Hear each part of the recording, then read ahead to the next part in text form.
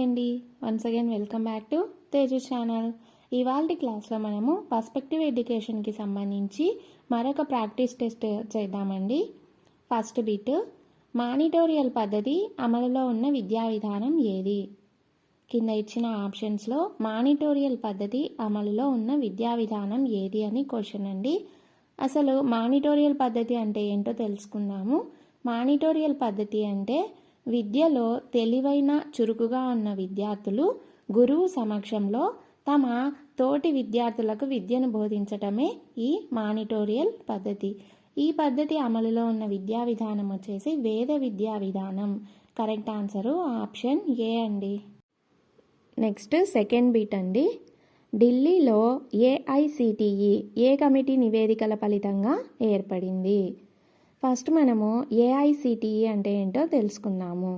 AICTE అంటే అఖిల భారత సాంకేతిక విద్యా మండలి, all India council of technical education.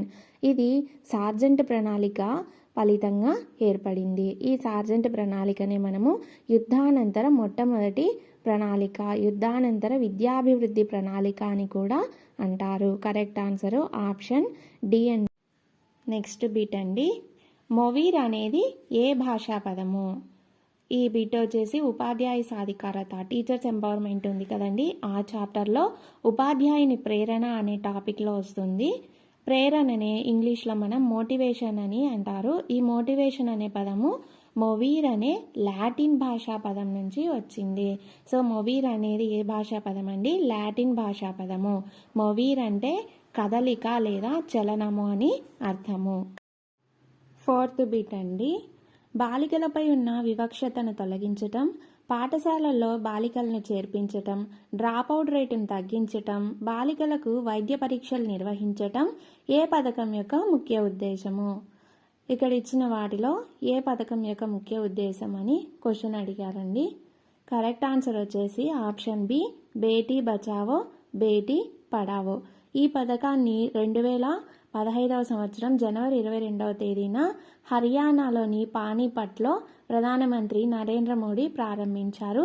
దీని యొక్క ముఖ్య ఉద్దేశం ఏంటి అంటే బాలల లింగ నిష్పత్తిని పెంచటం, ఇంకా బాలికలను పాఠశాలల్లో ఎక్కువగా చేర్పించటం, మధ్యలో బడి మానేస్తూ ఉంటే ఈ డ్రాపౌట్ రేటును తగ్గించటము, బాలికలకు వైద్య పరీక్షలు నిర్వహించడము, బాలికలపై ఉన్న లింగ వివక్షతను తొలగించటం, ఇవన్నీ కూడా బేటీ బచావో బేటీ పడావో యొక్క ముఖ్య ఉద్దేశాలు. కరెక్ట్ ఆన్సర్ వచ్చేసి ఆప్షన్ బి అండి.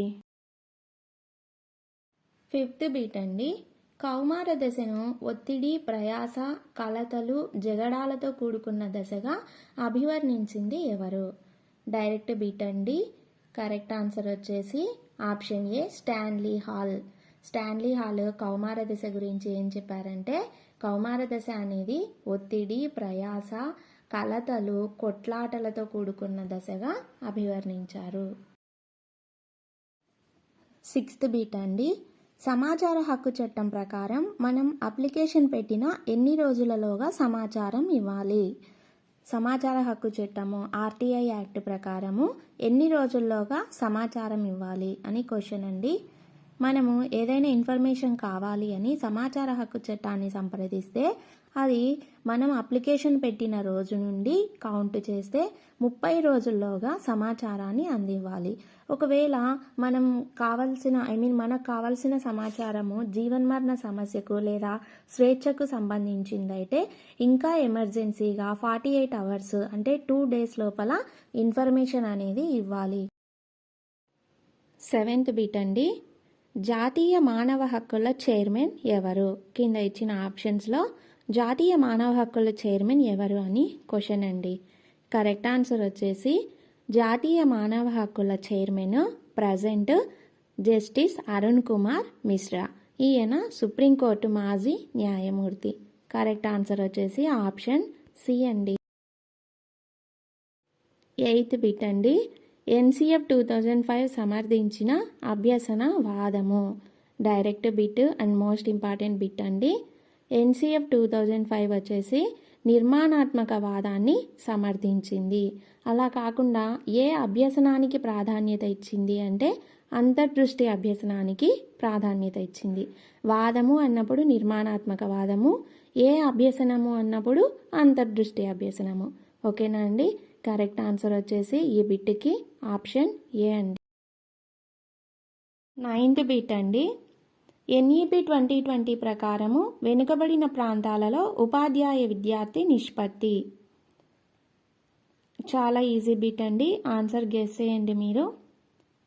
కరెక్ట్ ఆన్సర్ ఏంటో చూద్దామండి. యాక్చువల్గా నార్మల్ స్కూల్స్లో ఉపాధ్యాయ విద్యార్థి నిష్పత్తి NEP 2020 ప్రకారము ఉపాధ్యాయ విద్యార్థి నిష్పత్తి వచ్చేసి 1:30 నార్మల్ స్కూల్స్లో అయితే. అదే వెనుకబడిన ప్రాంతాలు అంటే ఆర్థికంగా సామాజికంగా వెనుకబడిన ప్రాంతాలలో ఉపాధ్యాయ విద్యార్థి నిష్పత్తి వచ్చేసి 1:25 అంటే ప్రతి 25 మంది విద్యార్థులకు ఒక టీచర్ ఉండాలి. కరెక్ట్ ఆన్సర్ వచ్చేసి ఆప్షన్ సి అండి. లాస్ట్ 10th బిట్ అండి. NEP 2020లోని భాగాలు మరియు చాప్టర్లు. నేషనల్ ఎడ్యుకేషన్ పాలసీ 2020 అనేది ఎన్ని భాగాలు ఎన్ని చాప్టర్లుగా విభజించబడింది? కరెక్ట్ ఆన్సర్ వచ్చేసి NEP 2020 అనేది 4 భాగాలు 27 చాప్టర్లుగా విభజించబడింది. 4 భాగాలు 27 చాప్టర్లు. కరెక్ట్ ఆన్సర్ వచ్చేసి ఆప్షన్ సి అండి. సో ఇవండి ఇవాల్టి పర్స్పెక్టివ్ ఎడ్యుకేషన్ ప్రాక్టీస్ బిట్స్. ఇవన్నీ లెవెల్ 1 బిట్స్ అండి, అంటే మెయిన్ బిట్స్ అండి. ఇవన్నీ కూడా మీకు ఎన్ని మార్క్స్ వచ్చాయో కమెంట్ సెక్షన్లో తప్పకుండా పోస్ట్ చేయండి. అండ్ ఈ వీడియో మీ ప్రిపరేషన్కి యూజ్ అయినట్లయితే తేజు ఛానల్ని లైక్ చేయండి, సబ్స్క్రైబ్ చేయండి, మీ ఫ్రెండ్స్కి షేర్ చేయండి. Thank you.